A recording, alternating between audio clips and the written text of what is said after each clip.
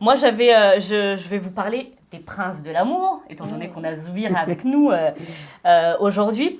Et je vais vous expliquer pourquoi, selon moi, bien sûr, la production des princes de l'amour a mal géré cette saison. Ah, ça c'est vient beaucoup d'en parler. On vient d'en parler à l'instant, Zoubir, tu viens de le dire. Les spoils, en fait. Moi, le premier mot qui me vient à l'esprit, c'est la déception. C'est-à-dire qu'on sait tout avant sur les réseaux sociaux. On savait pour Kéline et Bastos. On savait qu'ils s'étaient mis ensemble, on savait qu'ils allaient faire semblant de ne pas se connaître dans l'émission, tu vois, tu rigoles. Elle dit que non, Kéline. Ils ont pourtant posté une photo ensemble dès la fin du tournage sur Instagram, un peu comme Beverly et Noé aussi. Moi, je pense qu'à partir du moment où c'est spoilé, ils rentrent dans le jeu, tu vois, ils alimentent le truc pour dire « Ah bah non, finalement, on fait pas semblant, on est vraiment, tu vois... » Mais en tout cas, Kéline Bastos, Félicia Moujdat, ouais. on le savait aussi, Beverly Noah, on le savait aussi, ils sont toujours en plus actuellement ensemble. On n'a pas d'effet de surprise en fait. Je sais pas si vous, ça vous gêne. Moi, en tout cas, ça me dérange. J'ai un souvenir avant dans Les Princes de l'amour où vraiment, à la dernière minute, on ne savait pas s'ils allaient repartir ensemble ou pas. Là, aujourd'hui, c'est vrai, on avait cette excitation. Bah on était en train de lancer les pronostics. Je suis sûre que c'est elle qui va garder. Non, je pense que c'est exactement. Et puis, il y avait quand même ce petit piment. Après, quand même, ça doit être dur de garder un couple secret quand on s'aime, quand on a envie de s'afficher au grand jour. Mais t'as signé, à mon époque, c'était interdit ça. Voilà, c'est ce que j'allais dire, les contrats d'exclusivité. Ce qui est bizarre, c'est que moi, en tant que créateur de contenu spécialisé dans la télé-réalité, je sais que souvent, certaines productions ou certains services de presse n'aiment pas qu'on dise, par exemple, à l'avance, oui, Beverly, machin, ou Mujdat et trucs, machin. Mais pourtant, eux-mêmes, les protagonistes, s'affichent sur les réseaux. Donc, c'est bizarre parce que ça crée même une incohérence auprès du corps journalistique. Ouais, la question que je me pose, est-ce que c'est une certaine communication, une nouvelle communication que la prod finalement veut faire un petit peu pour teaser l'émission? Moi, je pense pas. Moi, je pense qu'ils sont pris à leur propre jeu. Et quand il y a des fuites, ils s'adaptent au truc. Après, faut pas oublier, il y a une offre et une demande. Ça veut dire que tous les gens qui râlent dans les 68% de ton sondage, c'est quand même les premiers à cliquer sur les comptes et à checker les informations premiers. Donc les gens sont un peu maso, tu vois. Et je pense qu'ils s'adaptent aux fuites. L'autre point, en tout cas, que je voulais aborder, justement, on va faire le test ensemble.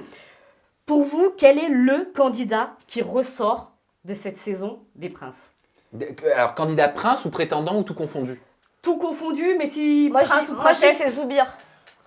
Déjà parce que je suis là. En fait, si vous pouviez me répondre Alix pour ma chronique, ce serait plus mieux. Non, Alix, moi, je vais te dire, j'allais dire Kéline parce que j'ai eu un coup de cœur pour notre interview qui fait suite à son passage dans Les Princes, mais pour te faire plaisir, merci, Alix. parce que sinon j'ai travaillé pour moi, j'allais dire Moujdat parce qu'on l'a découvert comme le mec de Mila.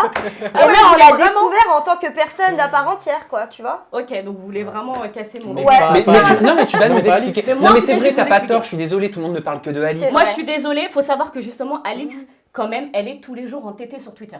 Tous les jours. Qu'on la voit ou qu'on ne la voit pas dans les séquences, tous les jours, elle est sur Twitter.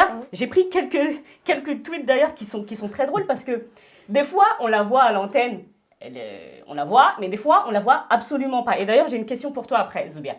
J'ai un tweet de Chloé Jessie qui dit « Alix, la façon dont elle vire ses prétendants, on dirait c'est elle qui paye le loyer de la villa. » J'ai trouvé ça très drôle. Alix, on la voit jamais avec ses prétendants, mais toujours dans les histoires des autres. Ou encore, Alix est trop à l'aise, l'agence c'est chez son père. Voilà, donc en tout cas, tous les jours, il y a des tweets sur Alix. En revanche, il y a une prétendante qui est venue dans l'émission pour Simon Castaldi. C'est la belle Shadi. Et elle a une analyse un peu différente sur Alix. Je vous laisse écouter son audio. Alix. Des retours négatifs, je peux comprendre. Voilà. Les grandes bouches, ça a toujours dérangé. La vérité a toujours blessé les gens. Et en fait, voilà, Alix, c'est une femme que je respecte dans le sens où elle assume qui elle est. Elle s'assume pleinement. Et elle dit quand ça ne va pas, quand ça va. Et ça, en fait, on devrait tous être capables de le faire. Et en fait, moi, je la respecte. C'est vrai que sur le tournage, elle a été insolente à quelques moments. Elle a été très impulsive, Alix. On en vient même à se demander si c'est pas fait exprès, cette image qu'on montre d'elle. Parce qu'on le sait. Quelle image? L'image, justement, d'une femme tout le temps énervée, très vulgaire, aigrie. On la voit, dès qu'on la voit... Ça la dessert, je pense pas dès que ce qu'on soit la voit, volontaire de sa part. Mais justement, dès qu'on la voit, c'est parce qu'il y a un clash ou parce qu'elle s'énerve contre quelqu'un. On l'a même vu insulter ses prétendants de bolos. Voilà, donc c'est très négatif. Et justement, moi, je m'en viens me demander si le montage, il n'est pas fait pour nuire à son image. Peut-être par rapport aux conditions qu'elle a demandé dans son contrat. Avec elle, ça fait sourire Zoubir. Moi, justement, Zoubir, il faut que tu m'aides. T'es policier en plus, tu vas résoudre une énigme. Parce que là, il y a plein de scènes, justement, des séquences où on ne voit pas du tout Alix. Et moi, je voulais savoir où elle était. Alors, pour sa défense, entre Ouais. guillemets, elle a eu quelques petits soucis de santé à la Ok. fin du tournage. Donc, elle a dû s'absenter pour Covid aller se faire soigner. Non, elle avait un petit problème à l'œil, Ah. donc elle a dû s'absenter pour se faire soigner. Mais, par rapport à son comportement, moi, je suis pas forcément d'accord avec ce que dit Shadi. Ok. C'est pas une histoire de montage, c'est réel. Elle était souvent aigrie, elle se mêlait souvent de ce qui la regardait pas. Et elle reprochait souvent aux gens de venir pour la fame, pour le buzz, pour faire de la télé. D'accord. J'ai envie de te dire, comme tout le monde, l'amour, on peut tous le trouver en bas à l'épicerie, tu vois. Donc, faut pas cracher dans la soupe dans laquelle tu as mangé toi aussi, tu vois. Oh, bah, tu peux venir à la télé pour la thune, tu peux venir pour la fame, Plein tu de peux raisons. venir pour tes Exactement. grands-parents, Ouais, plein de pour raisons. faire plaisir à tes parents, pour plein de raisons. Et voilà, Moi, j'ai sans l'impression forcément- qu'elle a un petit peu mal vécu en fait ce tournage, Alix. Je l'ai senti mal en fait à travers l'écran. Tu vois qu'elle est pas bien. Est-ce ça. que c'est pas à la production justement Tout de à fait. recadrer un petit peu ces candidats? Parce que moi, je sais qu'à l'époque des Princes de l'amour, on avait peur de la production. Quelque part, je vous le dis honnêtement. Et aujourd'hui, j'ai l'impression que non, que C'est les ça. candidats n'ont plus peur de la production, c'est la production qui a peur de ses propres candidats. Bah justement, c'est le dernier point que je voulais aborder. Et je crois qu'il résume bien d'ailleurs cette saison. C'est les clashs. Eh oui. C'est les clashs. Alors, on a eu le fameux Alix Aïssa.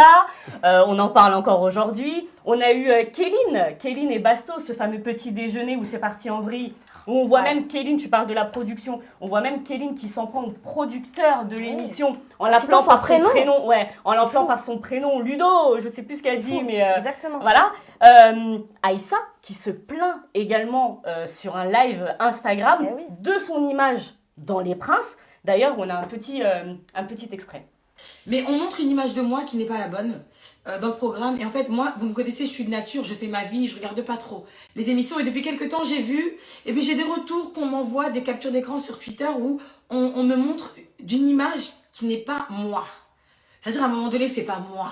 Tu vois, même moi, quand je me regarde et que je me reconnais pas, je dis des choses débiles. C'est-à-dire que c'est un bout de phrase, il n'y a pas la fin. Ça n'a aucun sens. Zoubir, quand tu vois les propos d'Aïssa comme ça, qu'elle lâche ses propos comme ça en plein live Instagram, est-ce qu'elle a raison de le faire déjà? Moi, je pense que se justifier comme ça, c'est pas non plus bon, parce que ça décrédibilise un petit peu le montage. Mais après, voilà, c'est le jeu, on est tous passés en montage. Moi-même, j'ai des scènes manquantes, donc il y a des trucs qu'on comprend pas. C'est le jeu. Bah Et non, après, moi je suis pas d'accord, Zoubir. Excuse-moi, tu mais je cèdes suis ton pas image, d'accord. tu cèdes ton image, tu signes un contrat. Mais le justement, c'est bien qu'en fait que les gens, les téléspectateurs se rendent compte qu'on leur sert pas la vraie vérité, ou en tout cas les faits comme ils ont été. Vraie Tu vérité. vois, non mais la vraie vérité, t'as compris, quand toi tu regardes Les Princes de l'amour, est-ce que t'as l'impression que c'est l'aventure que tu as vraiment vécue? Il y a plein Non. de choses qui ont été coupées et finalement qui font partie aussi de ta personne, donc on peut pas vraiment savoir qui tu es quand il y a autant de montage. Est-ce que tu penses alors que la production a mal géré cette saison des Princes? Ouais, je pense qu'il y avait pas mal de loupés. Il y avait pas Ok. mal de loupés sur les spoils, sur les montages et sur l'image qu'ils ont voulu véhiculer. Et sur les candidats. Sur les points que je viens d'aborder alors aujourd'hui. Exactement. Oh, elle est Ta contente. chronique était Elle est parfaite. contente. Et juste pour finir, j'ai moi aussi fait un petit sondage, je t'ai copié Sabrina, j'ai fait un petit sondage sur mon compte Instagram, j'ai posé la question, est-ce que la saison 8 des Princes pour vous, elle est top ou nulle? Et ils ont répondu nul à 63%. Ouh. Voilà. Et voilà, on rappelle aussi quand même que ces derniers jours, les Princes de l'amour ont battu des records d'audience. Ils Ah sont quand oui, même montés à et puis moi 800 j'ai quand 000 même envie, tu téléspectateurs. me le permets, hein, j'ai quand même envie de mettre en avant la diversité Ah, ça, cette oui. saison On est sur d'accord. le programme. Totalement. Et je pense que ça faisait longtemps qu'on attendait ça. Je suis C'est d'accord. vrai.